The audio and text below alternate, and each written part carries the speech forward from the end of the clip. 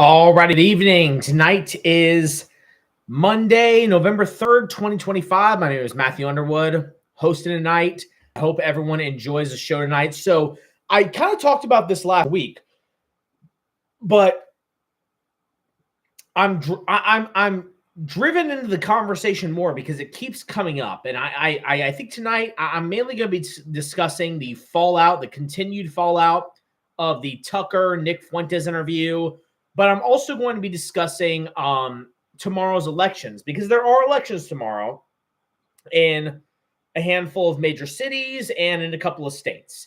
And I think that the fallout on the right regarding this Tucker Nick interview actually plays into the elections tomorrow. So yeah, basically big news today that kind of stirred things back up with the Tucker. So we'll give the kind of the history of the Tucker Fuentes interview. So Tucker originally called Nick Fuentes like a faggot and called him a fed, and he's a little gay kid and all this stuff.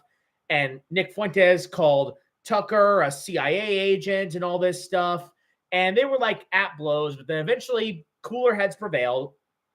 They agreed to this interview, and Tucker had Nick Fuentes come on and basically just share his story and share his beliefs. And it was a very non-confrontational interview. It was just kind of, how did you become who you are? And this is Tucker basically asking Nick, how did you become who you are? And why did you attack, kind of like my friends, Tucker's friends on the right? And kind of what are your political beliefs? And this created an uproar on the right amongst the Israel First coalition, the Zionists on the right. And I mean, they just exploded against Tucker mainly, not even against Nick, because they knew who Nick was. Nick was a proven entity. But the fact that Tucker, the largest conservative podcast on the planet and one of the largest podcasts in the world, period, hosted this guy, Nick Fuentes, on his podcast, it was a meltdown amongst the Mark Levins and the Ben Shapiros of the world, okay? So over the weekend, Mark Levin and Randy Fine, who's this fat, disgusting pig congressman from my state of Florida, unfortunately, were at this Republican Jewish coalition event. And all these obviously paid for, faggot losers were holding up signs that said Tucker is not MAGA and all this stuff like that. And they're just ripping into Tucker.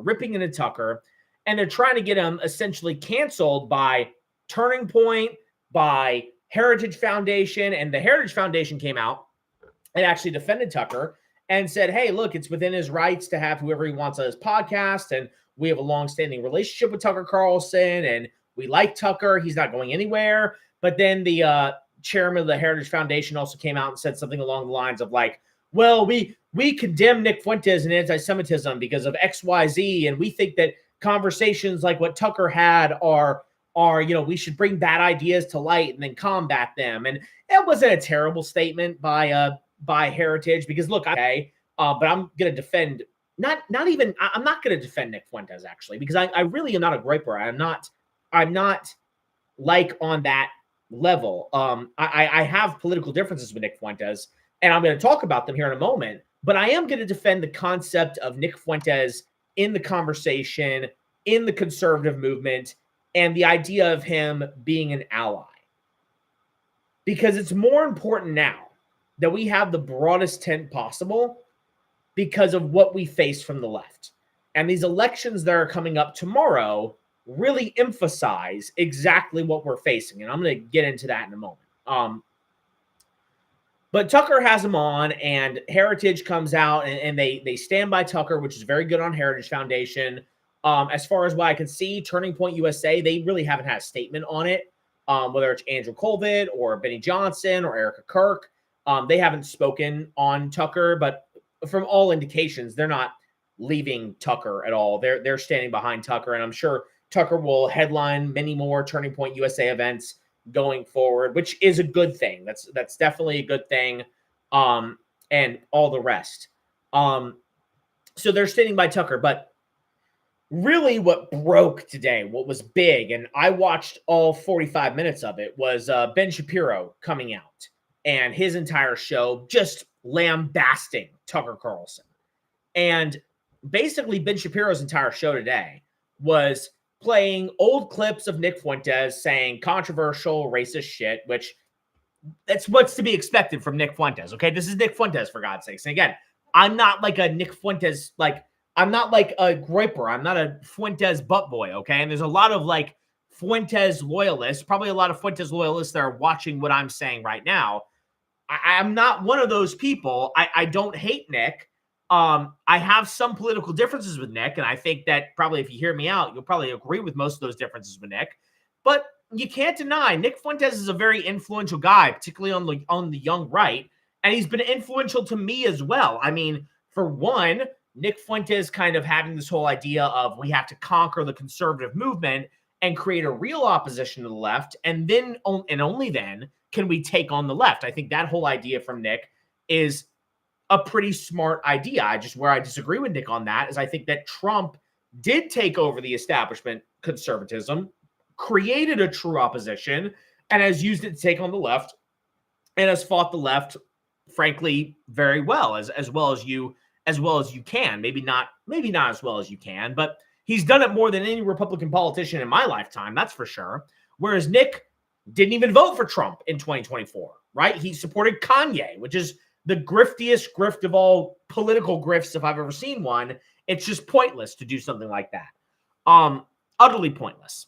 And has continued to criticize Trump, by the way, in his second term, where I think objectively Trump's second term has been much better than his first term. So again, like I have political differences with Nick. I have personal differences with Nick. But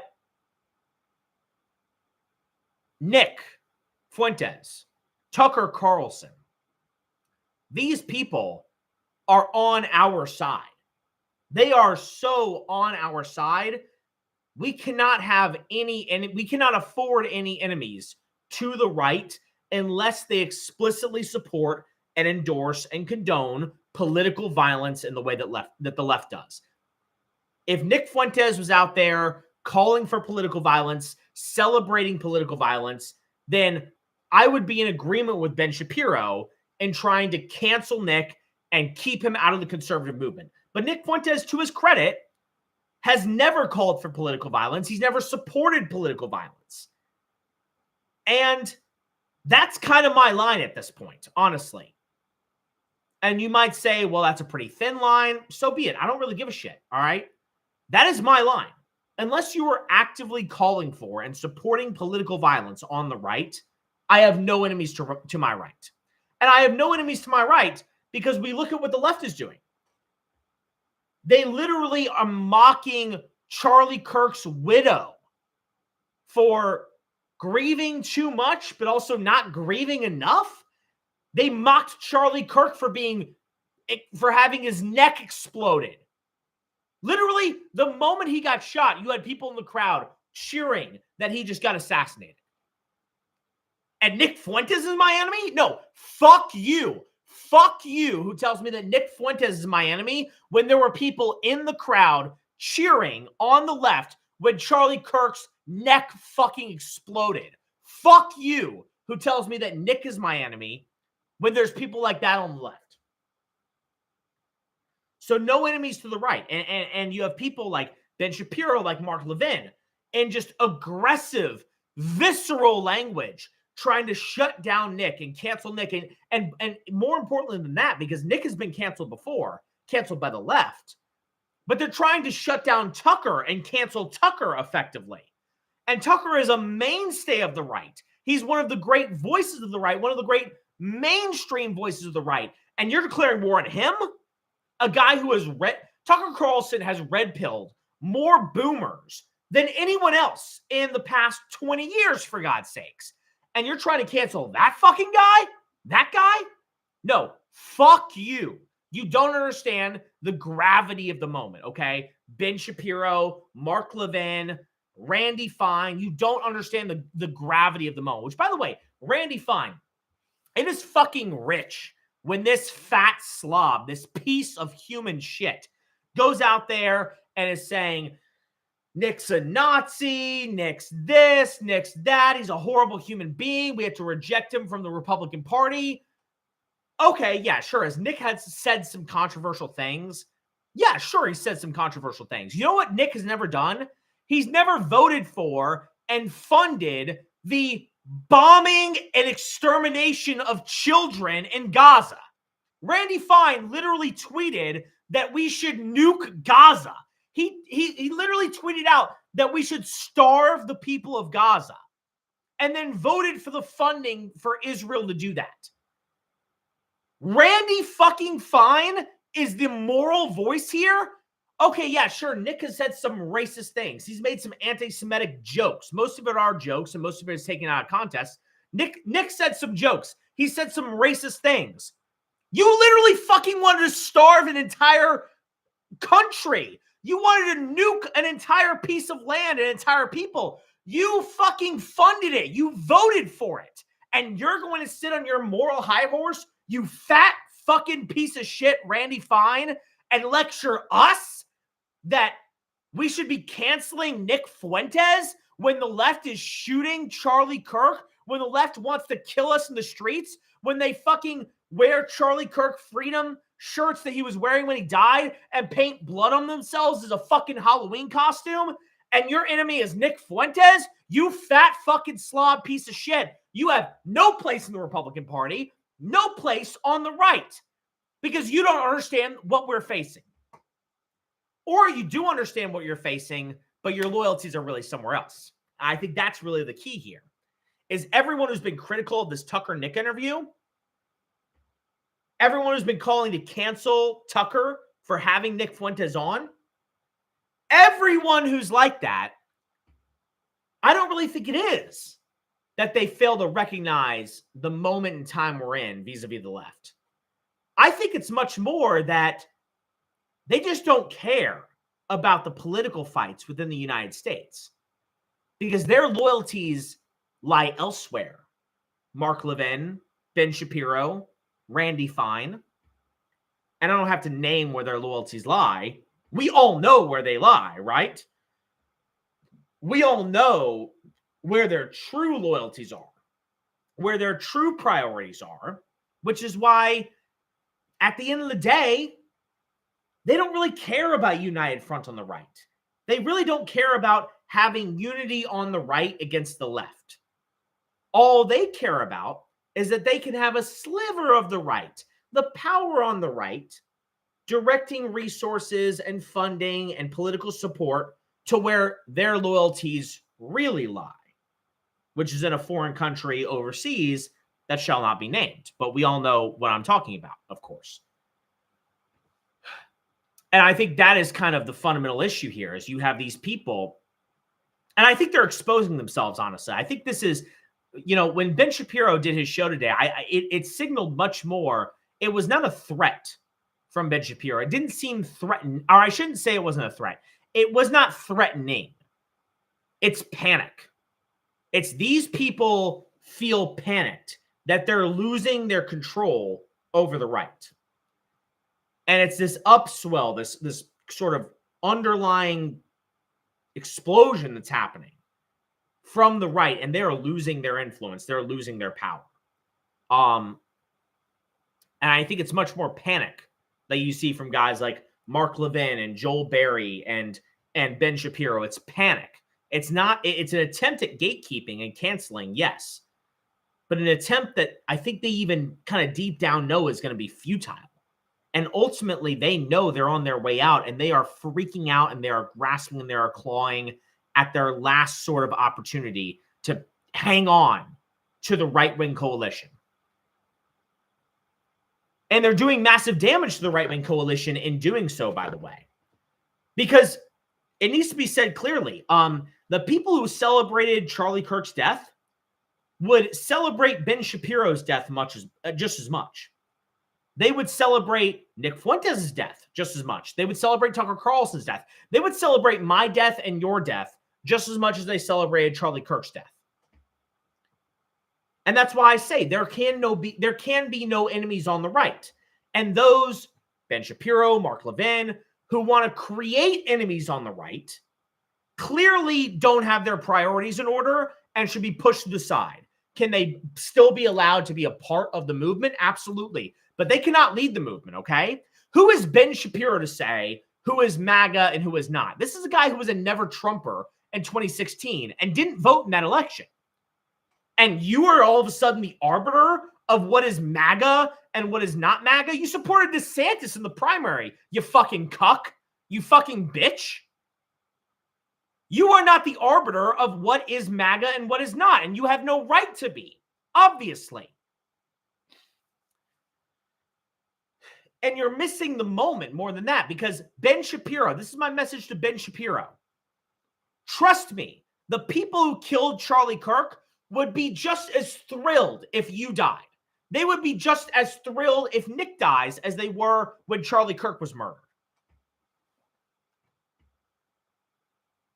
And yet you want to gatekeep and you want to close our ranks. You want to create disunity on the right when we're facing a murderous force on the left that literally wants to rape our country, that literally wants to replace Americans with foreigners, that literally wants to drive us out of our land, that wants to import foreigners to depress our wages, to take our jobs, to destroy our fundamental way of life, to kill us on fucking subway cars, and to kill us for speaking our minds like Charlie Kirk. And you want to create disunity amongst the resistance to that? Fuck you. Fuck you is what I have to say. If you want to create disunity on the right in the face of the threat in face of the threat we face from the left, fuck you. Fuck you.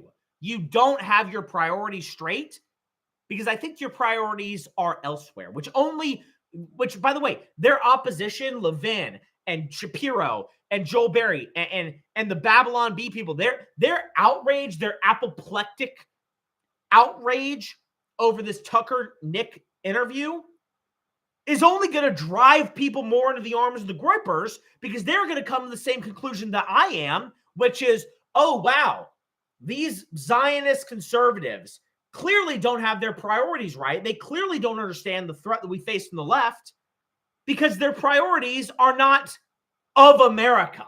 Their priorities are overseas. Their priorities are with Israel. And that's the conclusion that people on the right are going to make, and it's going to drive us more into the arms of Nick Fuentes. It's going to drive us more into the arms of Tucker Carlson, until eventually your ilk becomes utterly irrelevant. And you know what? The Levins of the world, the Shapiros of the world, the Babylon Bee people, they should become irrelevant. The Daily Wire should be bankrupted. The Blaze and Glenn Beck should be bankrupted, because they clearly do not have their priorities right. Actually, I take it back what I say about Glenn Beck and the Blaze. Glenn Beck is a Zionist and a Christian Zionist, but I haven't actually seen him come out against Tucker or anything like that. So I take that back what I say about Glenn Beck. But the Daily Wire, Ben Shapiro, Mark Levin, they are exposing themselves right now more than ever, because they don't understand the moment. They just watched their friend Charlie Kirk get his fucking neck exploded live on social media by a transgender loving leftist. And they think Nick Fuentes is the enemy? I'm sorry, but you know what? For all of his faults, and again, I'm not a Groyper, okay? I'm not some Nick Fuentes homer, all right? I've got some serious problems with Nick Fuentes, and I could do it. I mean, hell, I'll go through my problems with Nick Fuentes. He didn't support Trump in 24. He supported Kanye. That's the biggest political grift I've ever heard in my life.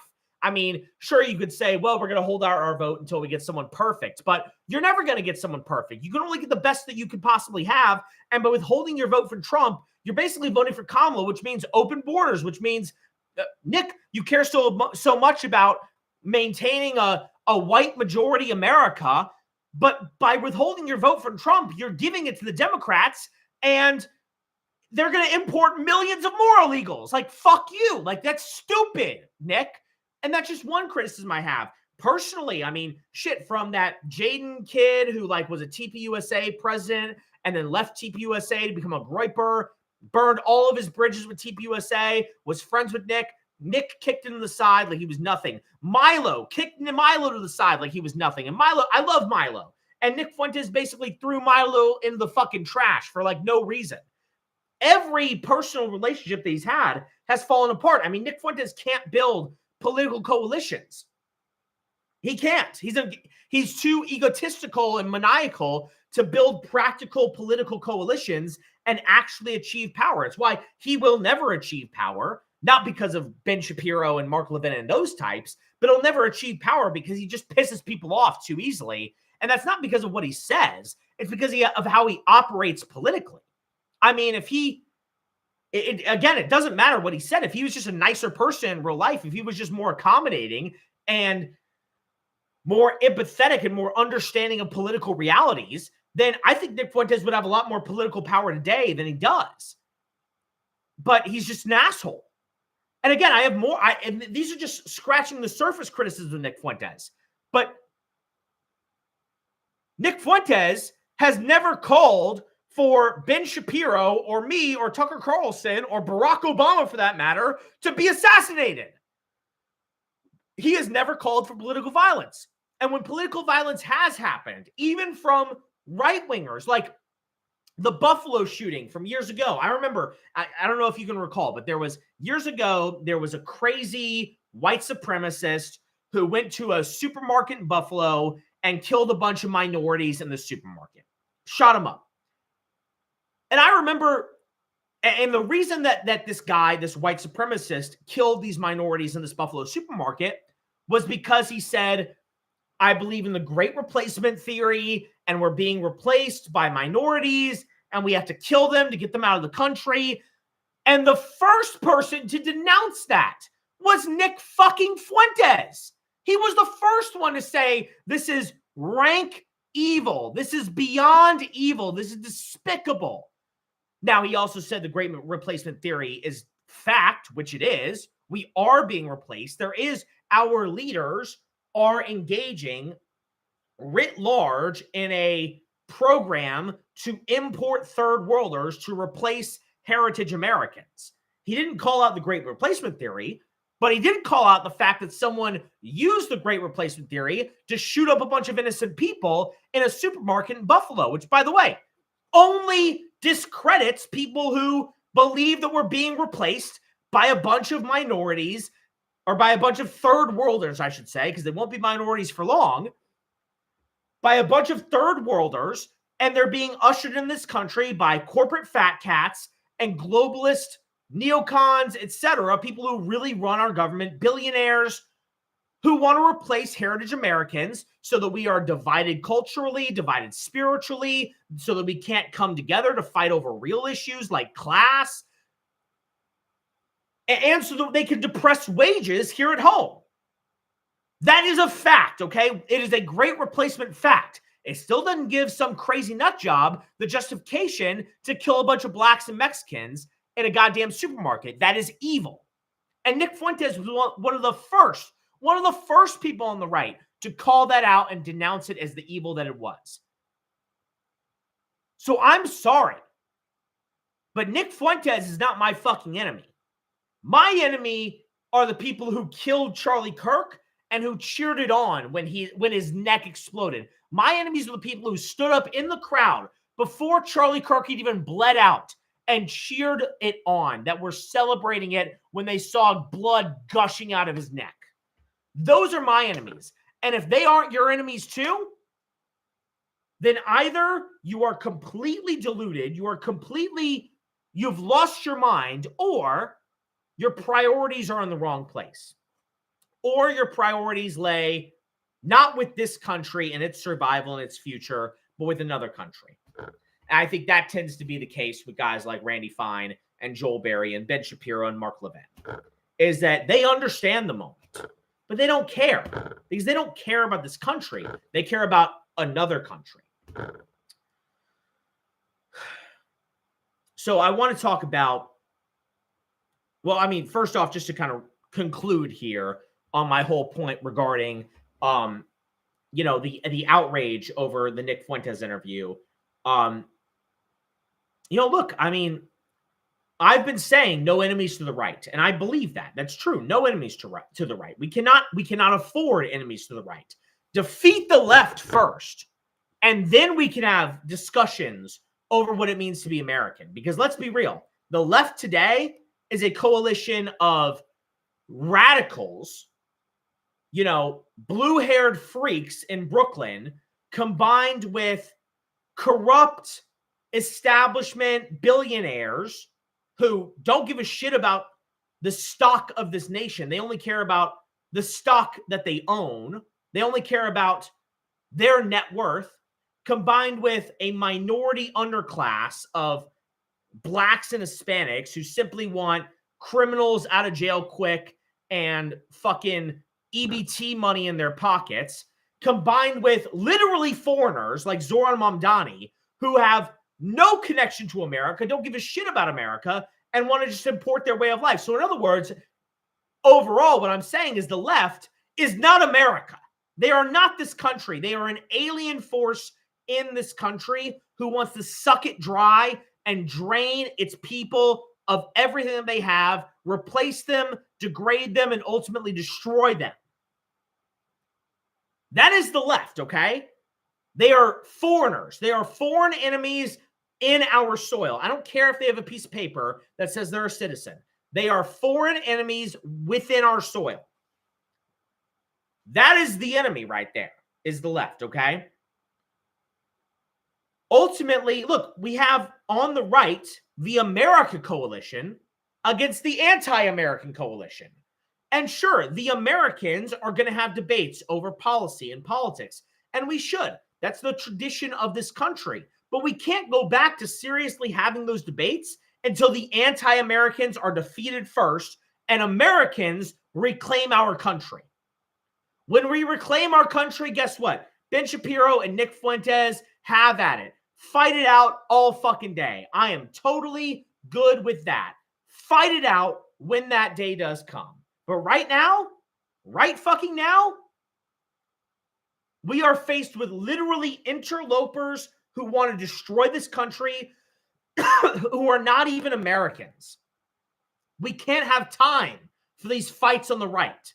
I don't care what your position is on Israel. I don't care what I don't care. I don't care. Are you American or not? Do you support political violence or not? If you are America first and you're opposed to political violence, you're on my side. And if you're not, then you are my enemy and you will be defeated.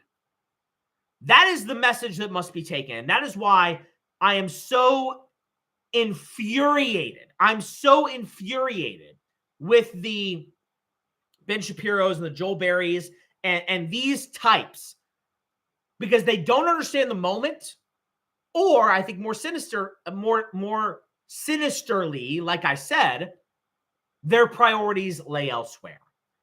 And they are much more threatened by a Nick Fuentes who has Israel critical views than they are by Charlie Kirk having his fucking neck exploded. I think that's where they're really threatened, because they have different priorities. And you know what? If they have those priorities, then go join the left. We don't want you. We don't want you.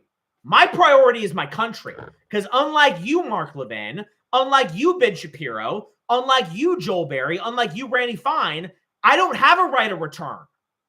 I don't have a fucking right of return. I can't go on Aliyah and claim citizenship in a foreign land. If this country goes to shit, I'm fucked. My grandchildren are fucked. I don't have anywhere else to go. My priorities are here and here alone. If we want to save America, we need a united front against the left, or it's just going to be more Charlie Kirk. It's going to be more, hell, it could be Ben Shapiro next. I would not support this. I don't want this. But if Ben Shapiro, I'm not saying that Ben Shapiro has to like embrace Nick Fuentes, okay? I'm not saying these two have to be like allies. I'm just saying they can't shut each other out of the movement. That's all I'm saying. They cannot shut each other out of the movement, because the left would cheer on just as much Ben Shapiro getting murdered, as they would Nick Fuentes getting murdered, as they would Charlie Kirk getting murdered. That's what we face. And the elections that are coming up tomorrow illustrate what we face more than anything else.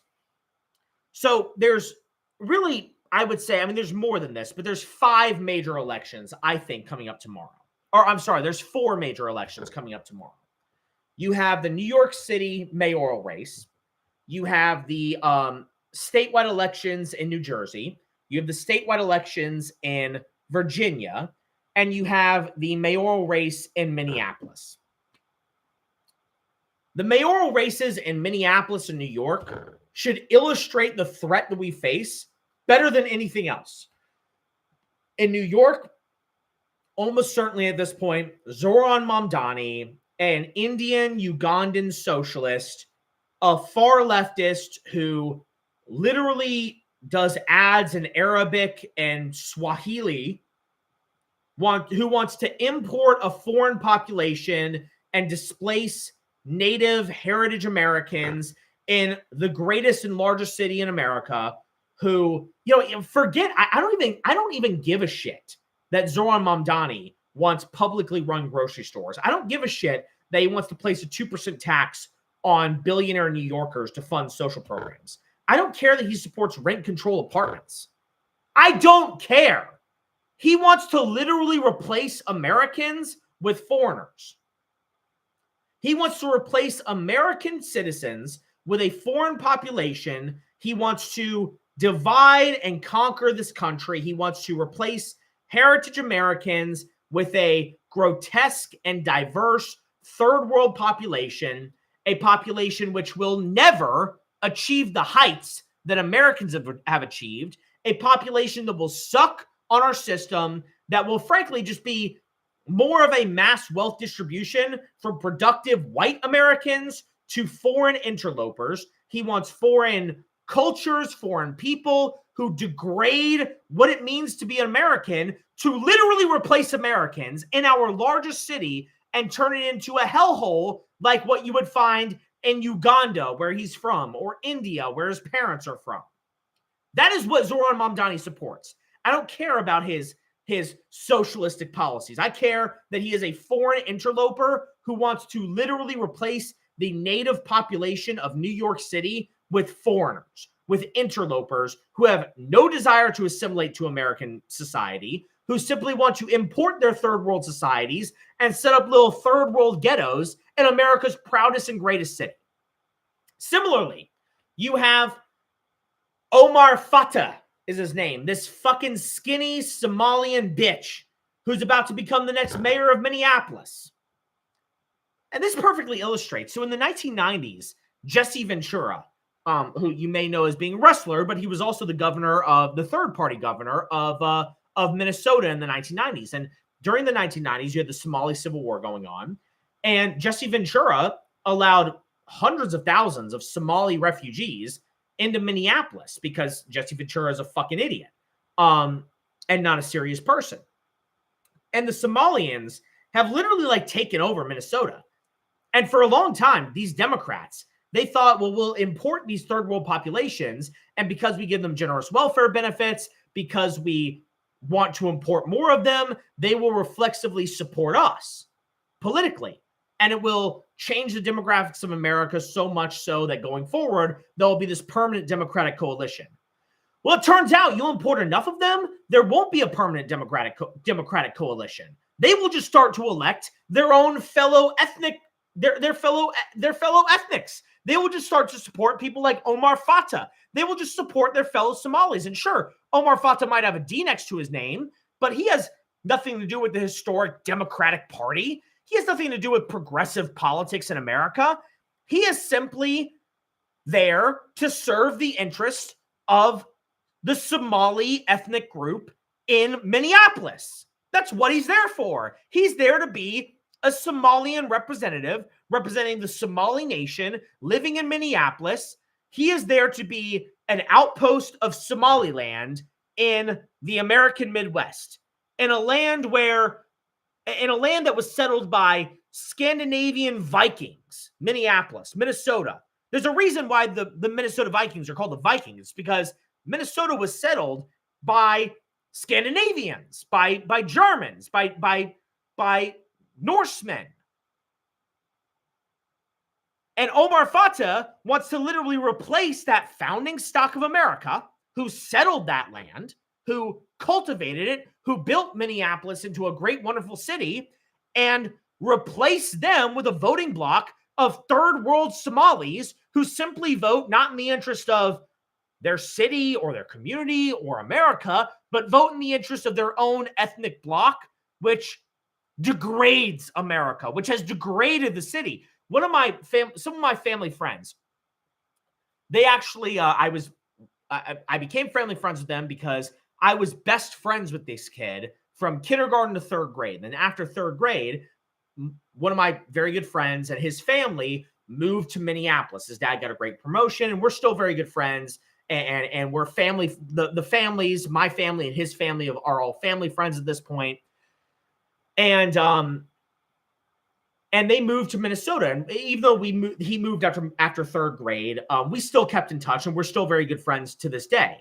And I mean, I remember even this was years ago. You know, they went to public school up there, and there would literally be like knife fights in the fucking hallways every single day between like Somalis from like different tribes who had come to Minneapolis. Because you bring in that many people all at once from the third world, and guess what? They're not going to assimilate. They're going to form their own ethnic enclaves and then vote their own ethnic representatives to run your cities on behalf of their ethnic group. And that's exactly what we're going to see in Minneapolis. You thought George Floyd was bad. Wait until the fucking mayor is a goddamn skinny, is a goddamn Mogadishu freedom fighter. That fucking Omar Fatah, his relatives probably shot the RPG that took our goddamn Blackhawks down in 93. That's who Omar Fatah is, all right? He's a fucking interloper. He's a fucking foreigner interloper who has literally won the election, or is about to win election, to a major American city off the back of an ethnic interest group that has nothing to do with America, that actively rejects assimilation into Americanism, that brings their tribalistic fights into American public schools. That's what's about to happen tomorrow. Two of our greatest city in New York City and one of our greatest cities in Minneapolis are about to fall to third world foreigners. And Nick Fuentes is supposed to be my enemy? Wait. They just murdered Charlie Kirk. They celebrated it. A foreigner is about to get elected mayor of New York City, and a Somali tribalistic interloper is about to get elected mayor of Minnesota. Nick Fuentes is not my fucking enemy. He's not my enemy. Tucker Carlson is not my enemy in the face of that shit. And if he is your enemy in the face of that shit, if he is your enemy in the face of Zoran, if he's your enemy in the face of Omar Fatah, if he's your enemy in the face of these leftists celebrating Charlie Kirk's death, then either your priorities are not in the right place or you are delusional, my friend. You are a fucking crazy person. And I think more often its priorities are not in the right place, which guess what? Guess what? If in the face of the celebration of Charlie Kirk's murder, in the face of Zoran becoming mayor of New York City, in the face of Omar Fatah becoming the mayor of Minneapolis, if you are on the right and you say Nick Fuentes is your real enemy and our guns need to be pointed at Tucker and Nick and not Zoran and Omar Fatah, you are my enemy, Ben Shapiro. You are my enemy, Mark Levin. You are my enemy, Joel Berry. You are my enemy, Randy Fine. And that's not because I have some affinity for Nick Fuentes. Again, I'm not a groyper. I've got a long list of problems I have with Nick Fuentes. I have a long list of issues and differences I have with the groypers. But if you're going to put your guns towards them at a time when our greatest cities are being overrun by foreign invaders, at a time when the left is celebrating the assassination of your friend, Charlie Kirk, then I don't think your priorities are right, and I don't think you can be a part of our movement, because you are not America first. Because if you were America first, you wouldn't take issue with the Nick Tucker interview. You would take issue with Zoran Mamdani. You would take issue with Omar Fatah. And you would say to Nick, hey, guess what, Nick Fuentes? We may have disagreements on Israel, but at least we can both agree that these fuckers don't have any right to run our major cities. But you don't. You don't. You turn your guns to the right. You turn your guns to the right. Because your priorities are elsewhere, I believe. So, like I said, I kind of wanted to talk about the elections that are coming up. Unfortunately, I think Zoran is going to win. And by the way, there's a lot of people who are saying, Trump included, saying that Curtis Sliwa, who's the Republican nominee for mayor of New York, should drop out and endorse Cuomo because Cuomo has the best shot of beating Zoran. I don't think that's the case. I say, why shouldn't Cuomo, the disgraced former governor of New York, this piece of shit, drop out and endorse Curtis Sliwa, who may be a Republican, but is very charismatic and is actually beloved by New Yorkers. Now, they might not want to vote for him, but most New Yorkers actually really like Curtis Sliwa, especially look at these debates. They look at him as kind of their eccentric, like, uncle who loves the city, and they all recognize he loves the city as a true product of New York. So I don't blame Curtis Sliwa for the fact that Zoran's probably going to win, because even if Curtis dropped out, Zoran would still probably beat Cuomo. I think Cuomo should drop out and endorse Sliwa, honestly, because Cuomo is a nightmare. I mean, he's a disgraced, former governor who murdered a bunch of old people during COVID, who locked down the entire state, who sexually harassed a bunch of women, and he's a pig. He's a pig, Andrew Cuomo. And I don't know. I think that he should drop out and endorse Curtis Sliwa, but irregardless of what happens, and no, I don't subscribe to the idea that a vote for Curtis is a vote for Zoran, because Zoran would probably win anyways. Even if it was a one-on-one matchup, Zoran's probably going to win anyways. So yeah, I think he's going to win, Zoran. I think this Omar Fatah, this Somali interloper in Minneapolis, is probably going to win. So there's goodbye to two major American cities under the rule of foreign interlopers, and they will resist deportations. They will resist the Trump administration at every turn. And even worse than that, they will be soft on crime to a degree that they will actively encourage stabbing attacks and vagrant criminals to go around and murder white people, just like what happened to Irina Zarutska on the Charlotte train. These are the type of leaders who will laugh when that happens, who will think that white girl got what she deserved. I'm happy to see that white girl got her neck stabbed and bled out on a subway. That's what she fucking deserves, because she's white. That's the type of people that are about to take over New York and Minneapolis. And I think that they both will win, unfortunately. I think they're both going to win. They both won their respective Democratic nominations, and in heavily Democratic cities, I think that they will end up winning those elections. Now, what does that mean for Minneapolis? What does it mean for New York? Bad times is what it means. I mean, it's gonna be rough in New York City. It's gonna be rough in Minneapolis for years to come. Now, I think maybe a silver lining from this all is that the election of these types of figures in those cities will force capital out of New York City, out of Minneapolis, and will force it to go to other cities that are more amenable. You know, it will force it to come to Miami and come to Houston and come to Dallas and leave blue states for red states. But, you know, I mean, that isn't even really such a great thing that's going to happen. I mean, it's going to handicap people like this from getting elected in the future. But that also, like, at the same time, like, I don't want to see Chase Manhattan Bank leave Manhattan. You know what I mean? I don't want to see Wall Street move to Brickell. Like, which Brickell is in Miami, by the way. It's a business and residential district in Miami. I don't want to see Wall Street leave Wall Street. Like, I don't want to see Target leave Minneapolis. These are great American cities who have great corporations, who have great workers, who have great American traditions. And I don't want to see this wealth drain from these cities, because these are great American cities. I want to see this wealth flourish in these great American cities. Now, if you end up electing a foreign socialist, then you could probably expect some wealth to drain out of those cities. But That's not a good thing.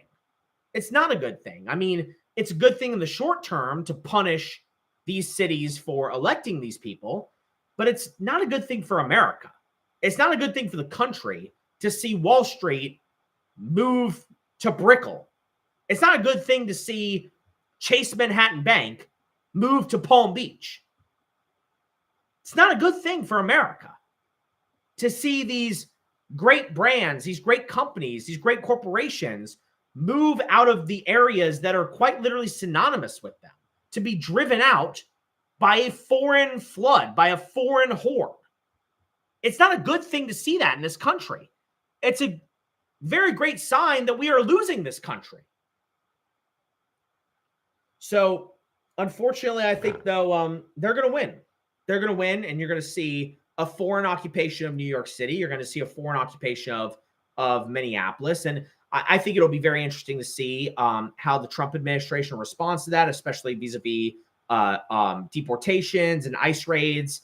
I think ultimately probably the best scenario that come out of all this is that, Zoran does something like instructs NYPD to physically resist, ICE immigration raids. Like, not just not cooperate with ICE, but like actively physically resist them.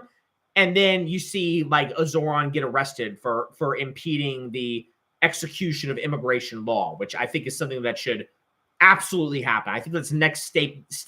I think that's the next step this all has to go in. You see, J.B. Pritzker in Illinois and Brandon Johnson, the governor of Chicago, actively resisting ICE raids, actively resisting ICE, so much so that we had to send Homeland Security into Chicago to defend ICE officers. It's like we have to crush them. We have to crush them. And this is something, by the way, that Nick Fuentes said on Tucker, which I think was correct, is you can't go halfway on this. You can't allow it to breathe. You can't do an ICE raid here and there, but also allow the Democratic leaders of Chicago, for instance, to actively undermine ICE's efforts and allow people to riot against ICE and block the roads so that ICE can't carry out their constitutional duties. You have to crush these people. If you riot, if you block the road to try to stop ICE, you need to be arrested. If you're the mayor of Chicago or the governor of Illinois who is actively undermining ICE's operations, you need to be arrested for impeding the lawful enforcement of immigration authority. You need to be arrested and tried. You need to crush them so that all hope is taken away. Because here's the thing is, if you go halfway, then the left will feel persecuted and they'll get more chutzpah to fight back even harder. You have to extinguish them. You have to crush them entirely so that they cower and they go away, or else it's only going to get worse.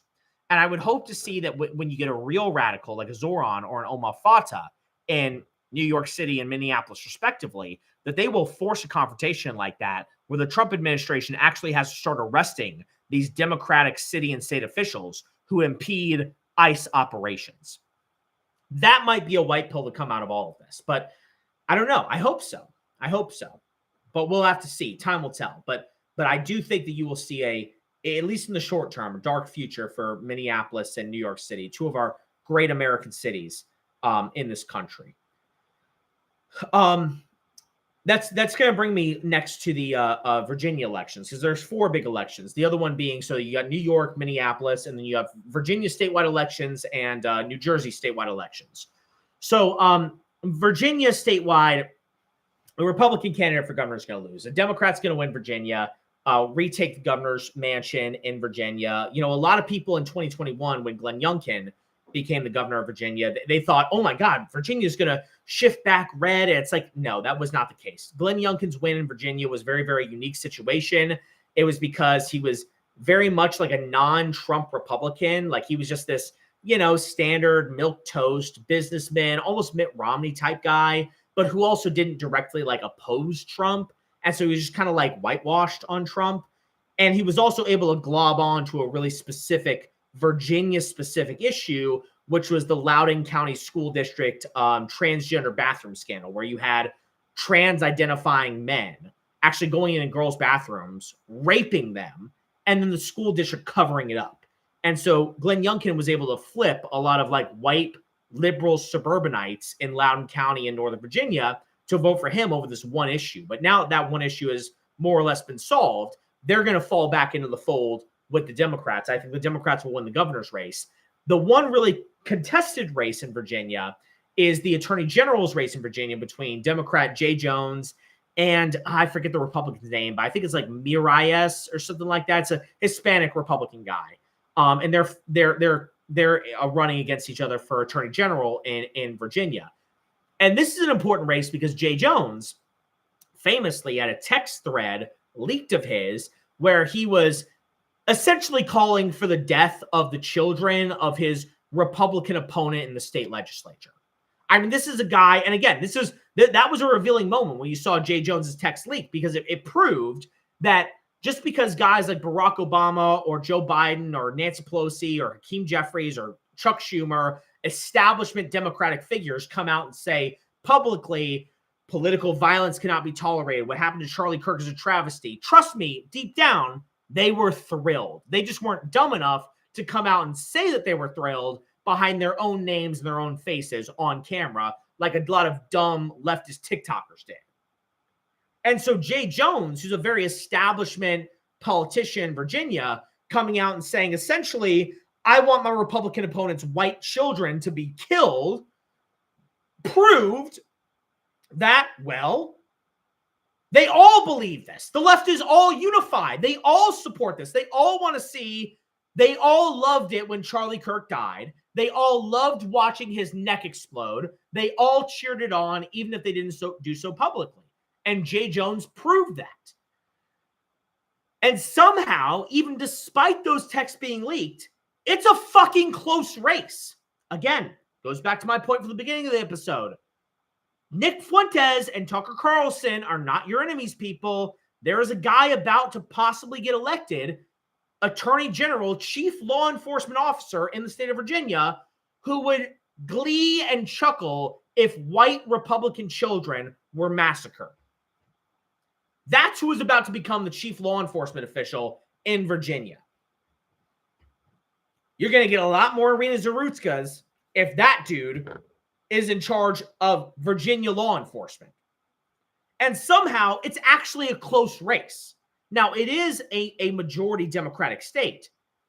But if a Republican in a Republican majority state said something along the lines that Jay Jones did about a Democratic opponent's children, they would lose by 30 points. Even in a state like Florida, they would lose by 30 points. But it's actually a close race between Jay Jones and his Republican opponent. Now, I actually think Jay Jones is going to lose.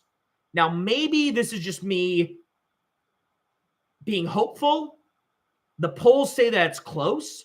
Jay Jones still could win, but he is down slightly in the race. And I do think that the Republican will probably win.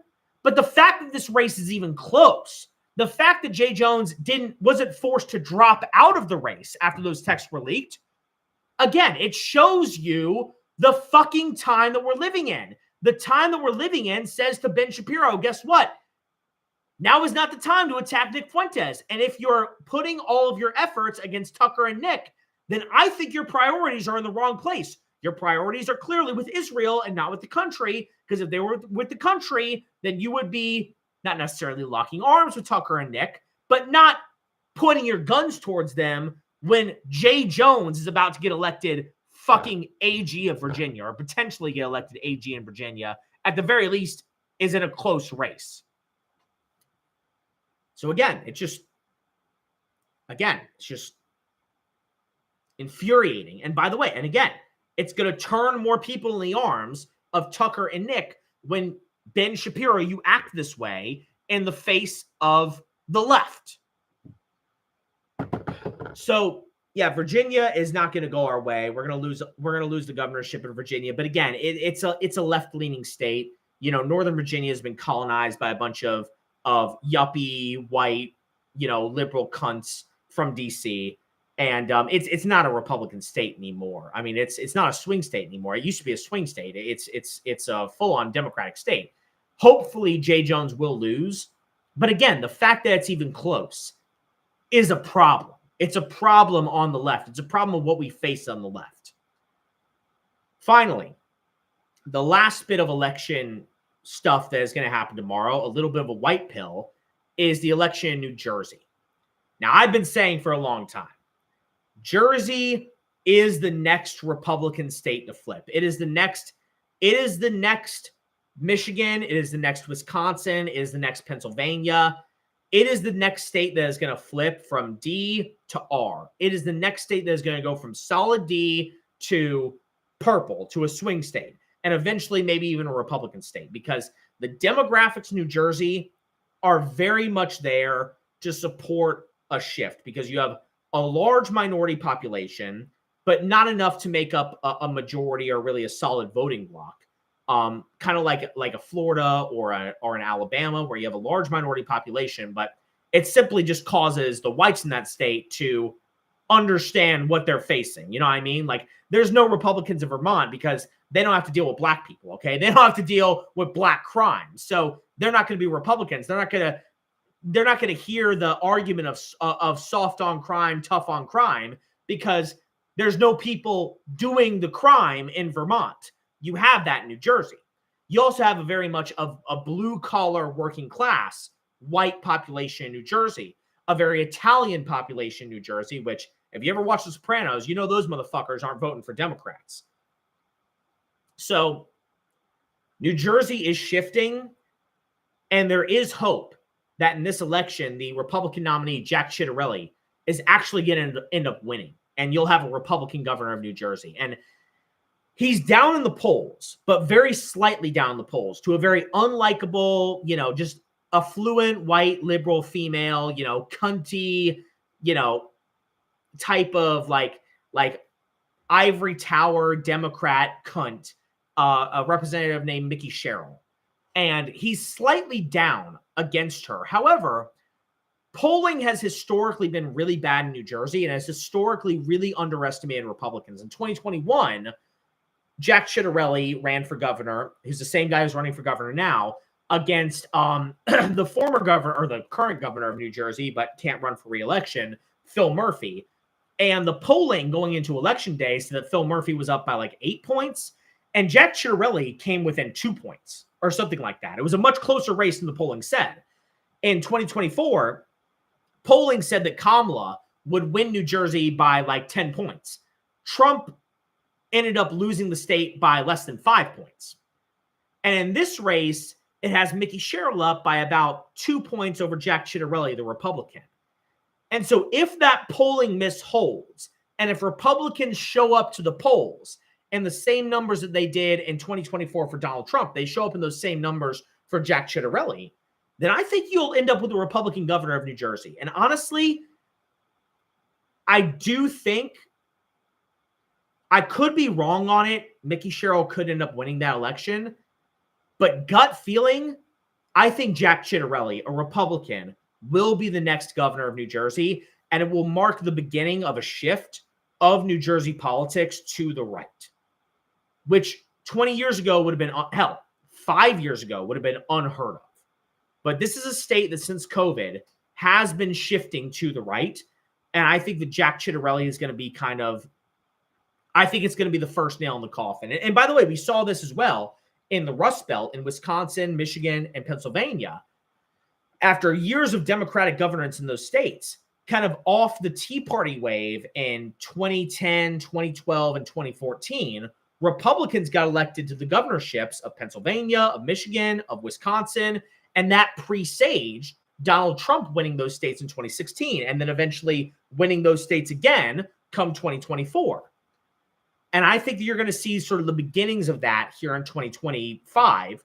And I do think the polling is going to be slightly off in the same way that it's been off historically in favor of Democrats in New Jersey. And maybe it's hope. Maybe it's, a dumb white. Maybe it's me being wrong. I could be wrong and just hopeful. I think that Ciattarelli is going to pull it off. I think you're going to see the Republican win in New Jersey. So I'm going to leave you on that last little white pill there, that I think that Republicans will win in New Jersey. But and of course, tomorrow I'm not sure if I'm going to be going live tomorrow or not. I might have plans tomorrow. I don't know. But if my plans fall through, if I don't end up having to go somewhere tomorrow night, I will be live tomorrow night, and I will be recapping the election results from tomorrow night, and we'll see for sure what ended up happening. But I'm going to leave you all with that tonight. I appreciate everyone who tuned in. Y'all have a great night. Signing off.